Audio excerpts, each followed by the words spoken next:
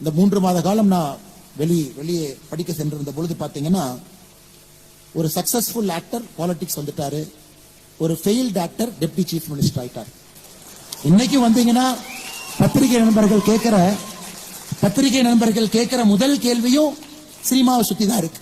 முதல் கேள்வி சென்னை விமான நிலையத்துல, முதல் கேள்வி நம்முடைய கோயம்புத்தூர் விமான நிலையத்துல நம்முடைய அன்பு பத்திரிகை நண்பர்கள் கேட்கக்கூடிய கேள்வி, இவங்க அரசியல் எப்படி பாக்குறீங்க, அவங்க எலிவேஷன் எப்படி பாக்குறீங்க.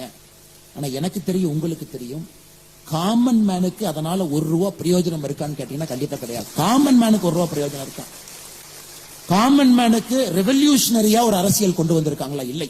நான் யாரையும் குற்றம் சுமத்தலை. நடிகர் விஜய் அவர்களுடைய அரசியல் நான் வரவேற்கிறேன், வரணும். ஒரு உச்சத்தில் இருக்கக்கூடிய நடிகர், பெரும் அன்பை பெற்றிருக்கக்கூடிய நடிகர், நிறைய பேர் அவருடைய படத்தை ரசிச்சு பாக்குறாங்க. ஆனா அரசியல் பரிமாணம் வேறு. அரசியல் என்பது முழுமையான ஒரு வேறு களம். ஆனா வரட்டும், களமாடட்டும், பார்ப்போம். அதே நேரத்தில் உதயநிதி ஸ்டாலின் அவர்களுடைய எலிவேஷன் என்ன சொல்றேன், பல இடத்துல கிரிட்டிசைஸ் பண்ணல.